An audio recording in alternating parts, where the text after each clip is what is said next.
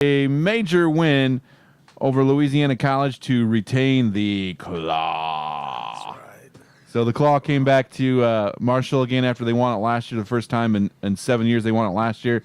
Now get it back-to-back years and bring it back and share it for all the ETBU fans. So, Coach, Yeah. congratulations on the win and welcome back to the show. Appreciate it. Thanks for having me. So, wild game in Louisiana College, 64-62. Tell us a little bit about that. Yeah, my blood pressure's still coming down off that. That was a really fun game, probably one of the funnest games I've ever been a part of. I mean, obviously, reason A, because we came out on top, but I think Kenneth summed it up pretty good. It was like a heavyweight title fight.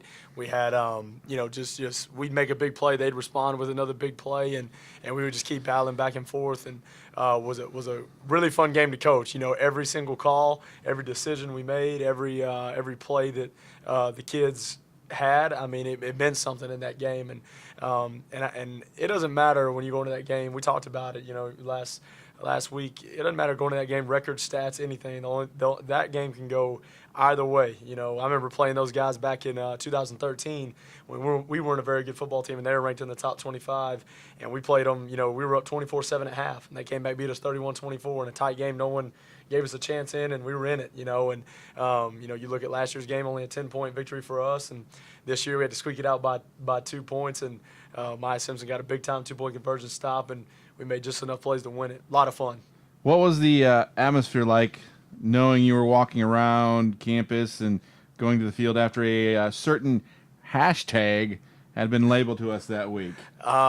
It felt good, but we really just concentrated on winning that game. And then our guys, I think, it gave us a little chip on our shoulder, our guys looking at that. But I was really proud of our guys for not, getting too tied up with all that stuff before the game and letting that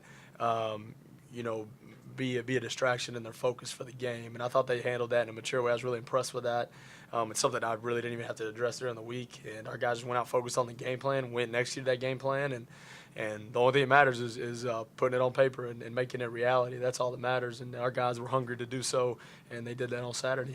How much of the fans did they taunt you when you guys were walking around? Did you have to walk on the road at all from the locker room, or did you take the buses down there? We took the buses. Yeah, took the buses. Yeah, their fans were good, and we were solid. They didn't throw any eggs at the bus or anything? Not to my knowledge. No, not to my knowledge. We were good. We got out of there. Yeah. There was a little chippiness walking on the field, though. You guys walk on the field, and there was a little banter already going on. Yeah, that's we don't obviously condone that by any means, but at the same time, it's a heated rivalry game. It's college. That's college football. I mean, if you want to see a college football game, Louisiana College and ETBU, I don't know if it gets better than that. I'm serious. That is a fun rivalry, and like I said, their fans did a fantastic job. Coach Dunn had those guys prepared. Their kids played extremely hard, and they got some great players over there, and that game could have gone either way, and we just happened to make enough plays, and our kids were focused enough to get it, and they're fired up in pregame. Their kids are fired up in pregame, and that's what it's about is making it good, just good, clean rivalry and a lot of fun. Yeah, you could see the hard hitting going on both teams. I mean, yes. Overall, there were some personal fouls, but there was a lot of penalties on both teams, but there's also a lot of hard hitting going on. Yeah, I felt like it was more hard play than, just classless late hits or stuff like that. I really felt extended plays out of bounds. I didn't feel like there was just tons of that, and in a game like that, you're glad that it doesn't get out of hand like that. And I thought both teams did a great job keeping their focus on the game and keeping their focus on one play at a time. Right. When Jeremiah Simpson pulled down Cooks, the other running back, stopping him just short of the 2-point conversion, how high was your vertical jump? In my head, I felt like it was about 30 to 40 inches. But after looking at the tape and the review, it was more like an 18 to 19-inch vertical. So I thought it was going to be a little higher, but I'll tell you what, I was elated. Our sideline was elated. We were jacked. I mean, there's just nothing like that. And, again, like I said, I told you earlier this week on the press conference, Coach Smith in the huddle just talked about that play, what they were going to do. And he talked about the assignments for each outside linebacker. And Maya Simpson just, he locked in. He didn't, he didn't lose his head about him. He locked into the discipline and the details. And, man, just seeing that kid make plays. He had another big hit in that game, played a fantastic game. I think one of his best games of the year. Got that guy down, and you start reviewing the tape. They actually scored on that very play.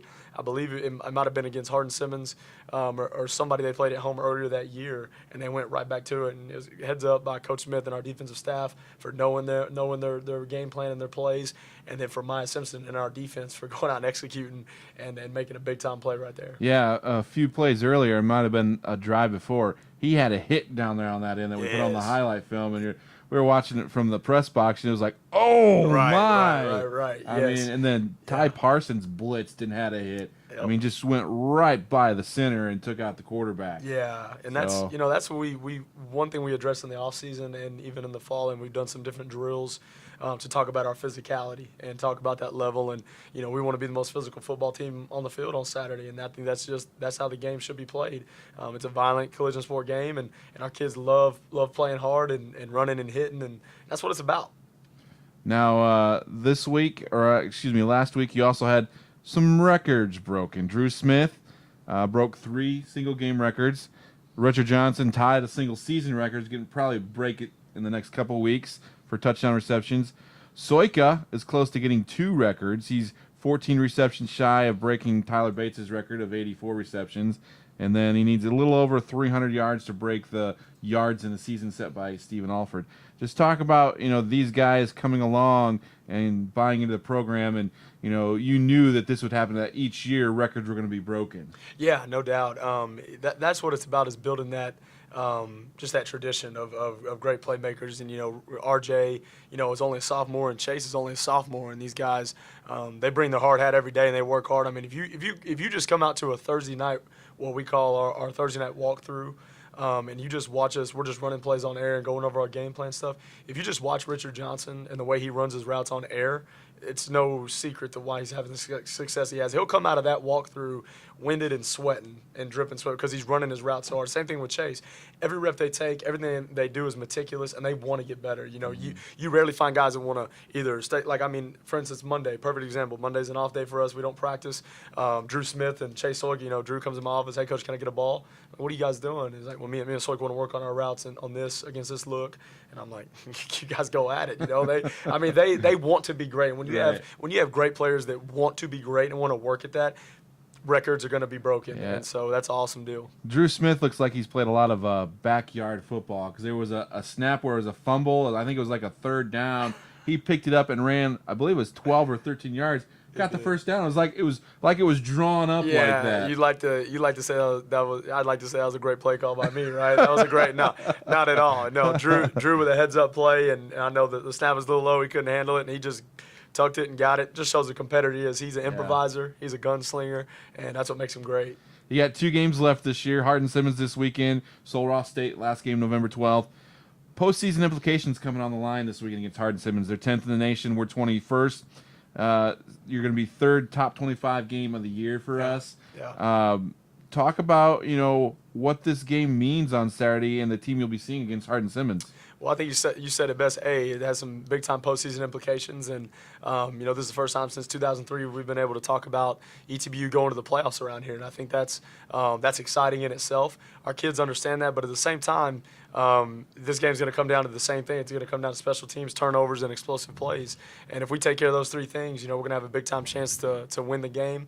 But it's going to come down to our guys executing and staying true to their fundamentals. But there's no secret, and our kids know it. Like I told you earlier this week, know that there's some big-time playoff implications on the line for both teams. So, again, every single rep, every single play that's made, every single thing that goes on in that game is going to mean something, and that's exciting. That's what you want to. You want to put yourself in a position this time of year. I told the guys yesterday, about 90% of other teams right now, they're not playing for anything, and we're blessed and fortunate enough to be playing for something. So let's not take it for granted. I told them I'm not worried about the result. I'm just worried about our effort and our preparation. If we will give everything we got to our preparation and in our effort this week, I'll have no regrets, and our kids will have no regrets. And so we're playing a great team. I think we understand that. They're great in all 3 phases. I think Jesse Burleson, their head coach, has done a fantastic job with their program, and they've got playmakers on offense and defense, and they're great on special teams. And so, we're going to have to bring it in all 3 phases and do a great job traveling out to Abilene for the 2nd time this year, and look forward to getting out there and having a great game.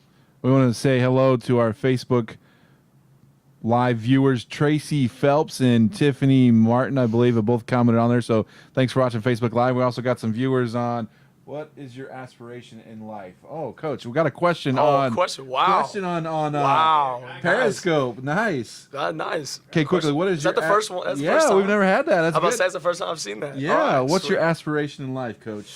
My aspiration in life is to be a great mentor. I just want to be I want to be somebody that the kids look up to as a great Christian figure. And, you know, I don't have kids yet, but one day I want to be a great father. And so ultimately that's it.